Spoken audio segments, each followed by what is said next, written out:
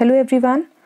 Today we are going to understand about chapter 2 of class 7th civics. तो इसके अंदर हमने पहले देखा था about public health care facilities और इस बार हम देखेंगे private health facilities के बारे में.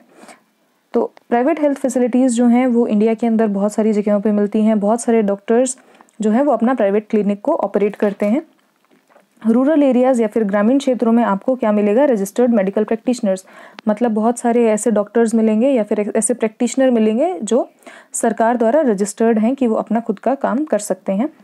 बहुत सारे आपको अर्बन एरियाज़ के अंदर, मतलब शहरी एरियाज़ के अंदर आपको क्या मिलते हैं? There are large number of doctors and many of them provide specialised services. So what are specialised services?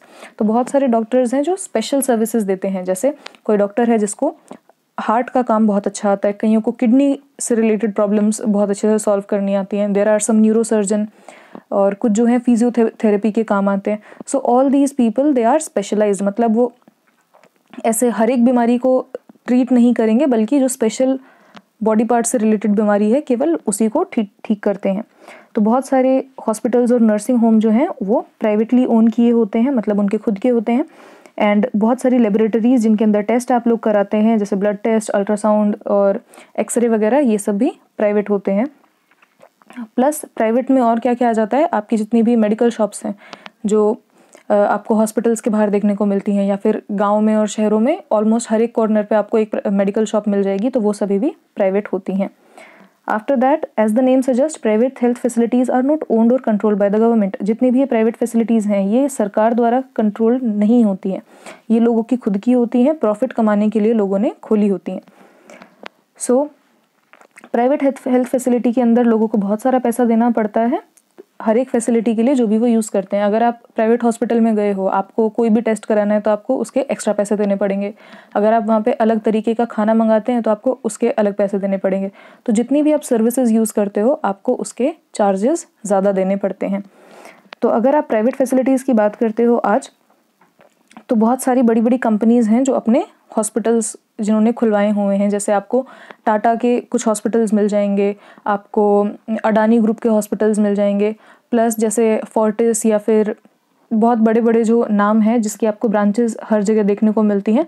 तो ये सारी अपने हॉस्पिटल्स पूरे इंडिया के अंदर फैला देते हैं. Some are engage in manufacturing and selling medicine. तो बहुत सारी जो बड़ी बड़ी कंपनीज़ हैं वो मेडिसिन बनाती हैं और मेडिसिन को बेचती हैं. बहुत सारी जो मेडिकल शॉप्स हैं वो आपको हर जगह देखने को मिलते हैं. Health care and equality. Is adequate health care available to all? क्या सभी के पास हेल्थ केयर जो है वो अवेलेबल है या नहीं है? तो इंडिया के अंदर आप अगर सिचुएशन देखते हैं तो private services are increasing but public services are not. कि इंडिया के अंदर प्राइवेट सर्विसेज जो हैं वो तो बढ़ रही हैं, लेकिन जो सरकारी सर्विसेज हैं, पब्लिक सर्विसेज हैं, उनमें कोई भी आपको बहुत ही ज़्यादा इंक्रीज देखने को नहीं मिलता है. तो लोगों के पास मेनली जो ऑप्शन अवेलेबल होता है वो प्राइवेट सर्विसेज का अवेलेबल होता है. ये आपको प्राइवेट सर्विसेज कहाँ पे मिलेंगी? अर्बन एरिया के अंदर. लोग अपना हॉस्पिटल कहाँ खोलना चाहेंगे? ऐसे एरिया में जहाँ पे लोगों के पास पैसा हो, जहाँ पे जो हॉस्पिटल्स हैं उनके पास ज़्यादा से ज़्यादा पैसा आ सके, जो आपको अर्बन एरिया में देखने को मिलते हैं. So as the services are run for profit, the cost of their services is rather high. क्योंकि ये हर कोई मुनाफा कमाना चाहता है, पैसे कमाना चाहता है, तो इसीलिए ये हर एक सर्विस का, हर एक जो भी फैसिलिटी ये प्रोवाइड करते हैं उसका प्राइस बहुत ज़्यादा रख देते हैं. मेडिसिन भी यहाँ की बहुत महंगी होती हैं और लोग जो हैं वो उनको अफोर्ड नहीं कर पाते, इसीलिए वो लोगों के पास मेडिसिन खरीदने के लिए, इलाज कराने के लिए पैसा नहीं होता, तो इसलिए वो पैसा को उधार पे लेते हैं अपनी फैमिली से या फिर जो बाकी लोग हैं उनसे ये पैसा उधार लेके अपना इलाज कराते हैं. In order to earn more money these private services encourage practices that are incorrect. तो कई बार पैसा कमाने के लिए ये ऐसी चीज़ भी करते हैं जो बहुत ही गलत होती हैं. काफ़ी सारी प्रैक्टिसेस, जैसे कई बार ये सस्ते में इलाज कर सकते हैं लेकिन ये जानबूझ के बहुत ही महंगे महंगे टेस्ट कराने के लिए बोलते हैं. या फिर डॉक्टर जो है बिना बात की दवाइयाँ आपको लिख के देता है. एक दवाई से काम चल सकता है लेकिन आपको 5 या 6 दवाई वो लिख के देगा. आपको एक्स्ट्रा इंजेक्शंस लगवाने पड़ सकते हैं. या फिर फॉर एग्जांपल अगर आपका एक टेस्ट कराना है, ठीक है, ब्लड टेस्ट कराना है, लेकिन आपको डॉक्टर जो है वो बोल देगा कि नहीं, आपको 5-6 टेस्ट कराने हैं, आपको अल्ट्रासाउंड कराना है, आपको एक्सरे कराना है, या फिर जिसमें आपका पैसा बहुत ज़्यादा वेस्ट हो जाएगा. तो प्राइवेट के अंदर ये काफ़ी दिक्कत आती है. In fact barely 20% of the population can afford all the medicine that are required during an illness. तो इंडिया के अंदर जहाँ पे अगर आप पॉपुलेशन को देखो 100% में से, मतलब 100 में से केवल जो 20 लोग हैं वही अपने सारे इलाज के खर्चे को अच्छे से ले सकते हैं, मतलब उनके पास इनफ पैसा है कि वो अपना अच्छे से इलाज करा सकते हैं, वरना बाकियों को सबको पैसा जो है वो उधार लेना पड़ता है। Hence, even for those who one might not think as being poor, medical expenses cause hardship। तो ऐसे व्यक्ति जिनको हम सोचते हैं कि भाई ये तो गरीब नहीं है, लेकिन उनको भी कई बार मेडिकल एक्सपेंसेस के लिए बहुत ही दिक्कत आती है, मतलब अपनी बीमारी के लिए जो खर्चा होता है उसको पूरा करने के लिए उनको काफ़ी दिक्कतों का सामना करना पड़ता है। एक स्टडी के अंदर हमने क्या देखा है कि 40% जो लोग हैं उन्होंने जब भी वो एडमिट हुए हैं हॉस्पिटल के अंदर अपना इलाज कराने के लिए, तो उनको पैसा जो है वो बोरो करना पड़ा है, मतलब औरों से पैसा उधार लेना पड़ा है अपने इलाज के लिए।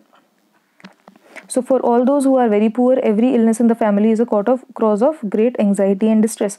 तो जो भी गरीब व्यक्ति है तो कोई अगर बहुत परेशान हो जाता है, डर जाता है और घबरा जाता है। ये इसीलिए बहुत ज़्यादा दिक्कत की सिचुएशन है क्योंकि वो बार बार बीमार होते रहते हैं। अगर कोई व्यक्ति है जिसको, जैसे कोई गरीब है तो वो अंडर नरिश्ड होते हैं, मतलब उनको खाना अच्छे से नहीं मिलता है। अगर कोई अच्छे से खाएगा नहीं तो वो कैसे सेहतमंद रहेगा, उनको अच्छे से बेसिक फैसिलिटीज़ प्रोवाइडेड नहीं है, जैसे पानी की, अच्छे पानी की, एडिक्वेट हाउसिंग, अच्छे से वो उनका घर नहीं है, प्लस जो सराउंडिंग्स है, आसपास का जो माहौल है वो भी बहुत गंदा पड़ा है। तो इसके कारण वो बार बार बीमार होते रहते हैं और हर बार उनको इतना सारा पैसा देना पड़ता है। तो कई बार जो ये लैक ऑफ मनी है, मतलब पैसे की किल्लत की वजह से ये अच्छे से ट्रीटमेंट भी अपना नहीं कर पाते। जैसे विमेन है, विमेन डॉक्टर के पास नहीं ले जाया जाता था उनको पहले, तो ये जो सिचुएशन है अब काफ़ी ज़्यादा चेंज हो गई है कुछ एरियाज़ के अंदर।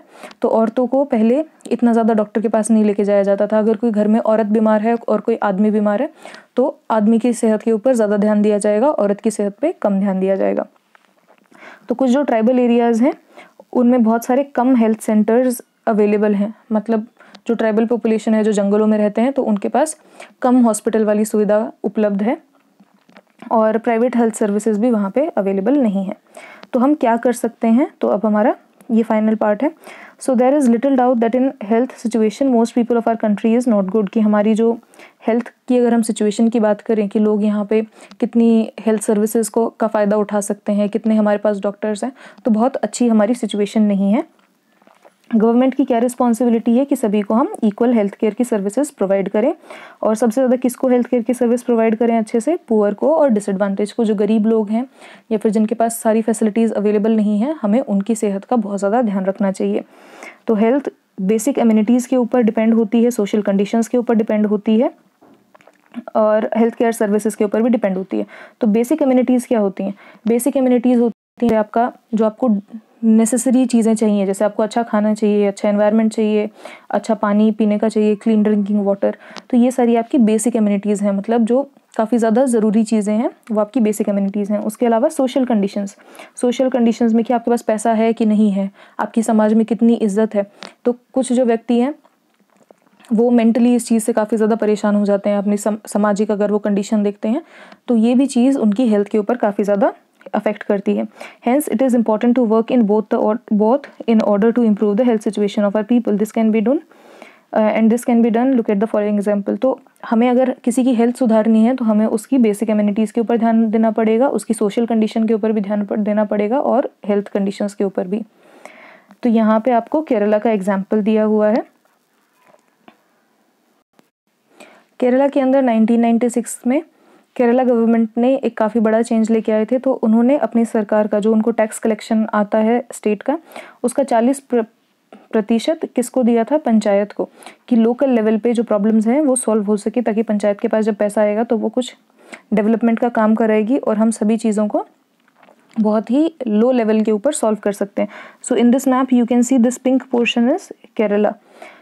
सो उन्होंने क्या प्लान किया? They could plan and provide for the requirement. It made it possible for the village to make sure that proper planning was done for water, food and women's development and education. तो जो Kerala government थी उन्होंने कहा कि भाई पंचायत को हमने इतना सारा पैसा दे दिया है, तो आपको क्या करना है, आपको किस किस चीज़ की डेवलपमेंट करनी है कि लोगों के पास पीने का पानी अच्छा हो, उनके पास खाना हो, तो कोई भी व्यक्ति भूखा ना रहे। प्लस विमेंस की जो डेवलपमेंट है, मतलब जो औरतें हैं उनको समाज में इज्जत मिले, प्लस अगर उनको कोई परेशानी होती है तो उसको सॉल्व करने के लिए भी आपके पास इनफ पैसा हो, प्लस एजुकेशन। तो जो सरकारी स्कूल वगैरह हैं आप उनको पैसा दीजिए, प्लस जितनी भी गांव के अंदर एजुकेशन रिलेटेड प्रॉब्लम है, मतलब बच्चे पढ़ने नहीं जा रहे हैं या फिर किसी बच्चे के पास पैसे की कमी है, तो ये सारी चीज़ों को आप सॉल्व कर सकते हैं। इसीलिए जो केरला गवर्नमेंट थी उसने 40% जो फंड था, 40% जो उनके स्टेट का रेवेन्यू आया था बजट का, वो पंचायत को दे दिया ताकि जो प्रॉब्लम्स हैं वो गांव लेवल पे सॉल्व हो सकें। This meant that water supply schemes were checked. इसका क्या मतलब था कि जो पानी वाली स्कीम्स थी कि भाई हर एक के पास पानी जा रहा है या नहीं जा रहा है, ये चेक हो सके कि स्कूल अच्छे से चल रहे हैं या नहीं चल रहे हैं, आंगनवाड़ी का काम अच्छे से नहीं चल रहा है। तो ये सारी जो प्रॉब्लम्स हैं इनको बहुत ही बारीकी से देखा गया कि लोग असल में काम कर रहे हैं या नहीं कर रहे हैं।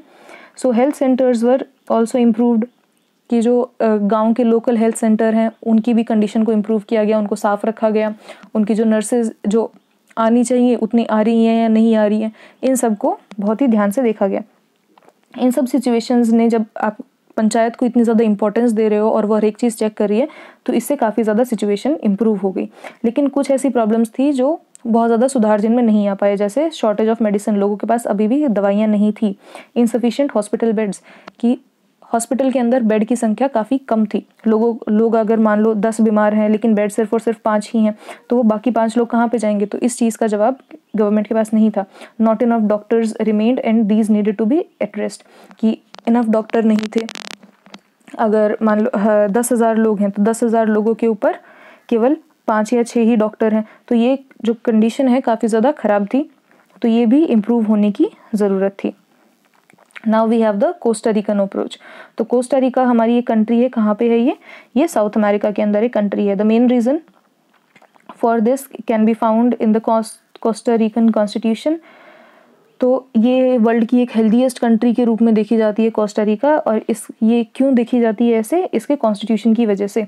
तो बहुत साल पहले कोस्टा रिका का जो कॉन्स्टिट्यूशन था उसके अंदर एक काफ़ी इंपॉर्टेंट डिसीजन लिया गया था। इन्होंने कहा कि भाई हम कोई भी अपने देश के अंदर आर्मी नहीं रखेंगे। This help the Costa Rican government to spend the money on that the army would have used on health, education and basic needs of people. तो जैसे इंडिया के पास क्या है, बहुत बड़ी आर्मी है, इंडियन आर्मी है, हमारे पास एयरफोर्स है, नेवी है, लेकिन कोस्टा रिका ने क्या कहा कि हम कुछ भी ऐसा डिफेंस वाला नहीं रखेंगे। ठीक है, जितना पैसा हम ये लड़ाई झगड़े पे खर्च करते हैं, हम उसको किस पे खर्च करेंगे? एजुकेशन पे, हेल्थ पे, लोगों की भलाई के लिए हम उस पैसे को लगाएंगे। So the Costa Rican government believes that a country has to be healthy for its development and pays a lot of attention to health of people. तो कोस्टा रिका की जो गवर्नमेंट थी उन्होंने इस चीज़ को देखा कि भाई लोगों को सुखी रखने के लिए उनकी हेल्थ को देखना काफ़ी ज़्यादा ज़रूरी है। कोस्टा रिकन गवर्नमेंट जो थी उन्होंने बेसिक सर्विसेज प्रोवाइड की और एमिनिटीज़ प्रोवाइड की, मतलब वही अच्छा पानी, साफ़ पीने का पानी होना चाहिए, अच्छे घर होने चाहिए, लोगों के पास अच्छा एनवायरनमेंट होना चाहिए। तो ये सारी चीज़ें कोस्टा रिका की जो गवर्नमेंट थी उसने देखी। तो जैसे उन्होंने क्या किया, सेफ ड्रिंकिंग वाटर प्रोवाइड किया, सैनिटेशन, न्यूट्रिशन, हाउसिंग प्रोवाइड किया। सैनिटेशन का मतलब होता है स्वच्छता, कि उन्होंने पब्लिक टॉयलेट्स बनवाए, पब्लिक बाथरूम्स बनवाए जो सभी लोग यूज़ कर सकें, तो ये सब सैनिटेशन का पार्ट होते हैं। Health education is also considered very important and knowledge about health is an essential part of education at all levels. तो कोस्टा रिका के अंदर क्या है कि हेल्थ एजुकेशन, अब मतलब जो स्वास्थ्य रिलेटेड एजुकेशन है कि भाई हम कैसे अपनी बॉडी को अच्छा रख सकते हैं, कैसे अपने माइंड को अच्छा रख सकते हैं, तो ये सारी चीज़ें वहाँ पे बहुत ही ज़्यादा इंपॉर्टेंस दी जाती है इस चीज़ को, और हर एक लेवल पे, मतलब स्कूल्स में, कॉलेजेस में, हर जगह इस चीज़ को बताया जाता है। So that was the video. If you have any doubts, you can ask in the comment section below. And with this, we finished the chapter 2 of civics. Like the video and subscribe to the channel. Thank you.